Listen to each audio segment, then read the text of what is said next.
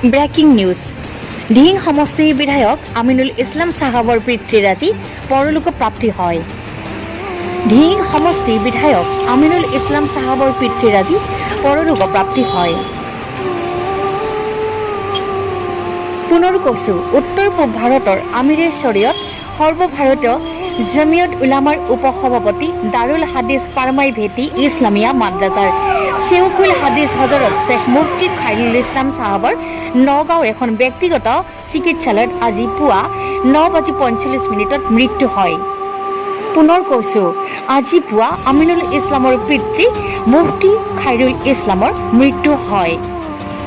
তেখেতৰ মৃত্যুৰ বাতৰিয়ে সমগ্ৰ নগাঁও লগতে বিভিন্ন প্ৰান্তত থকা অনুগামীসকলক মৰ্মাহত কৰি তুলিছে।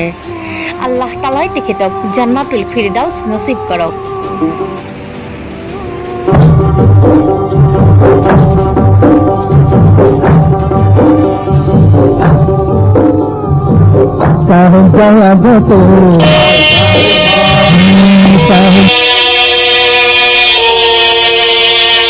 কথাৰে নহয় বন্ধু কামত পৰিচয়, কথাৰে ব্ৰেকিং নিউজ ধিং সমষ্টিৰ বিধায়ক আমিনুল ইছলাম চাহাবৰ পিতৃৰ আজি পৰলোক প্ৰাপ্তি হয়। ধিং সমষ্টিৰ বিধায়ক আমিনুল ইছলাম চাহাবৰ পিতৃৰ আজি পৰলোক প্ৰাপ্তি হয়।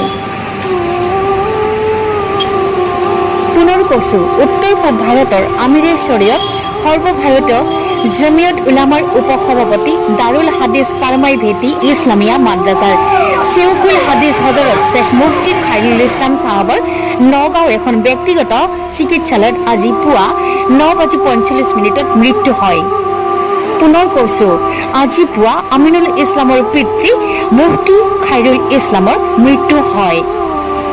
তেখেতৰ মৃত্যুৰ বাতৰিয়ে সমগ্ৰ নগাঁও লগতে বিভিন্ন প্ৰান্তত থকা অনুগামীসকলক মৰ্মাহত কৰি তুলিছে। আল্লাহ তালাই তেখেতক জান্নাতুল ফিৰদাউছ নচিব কৰক।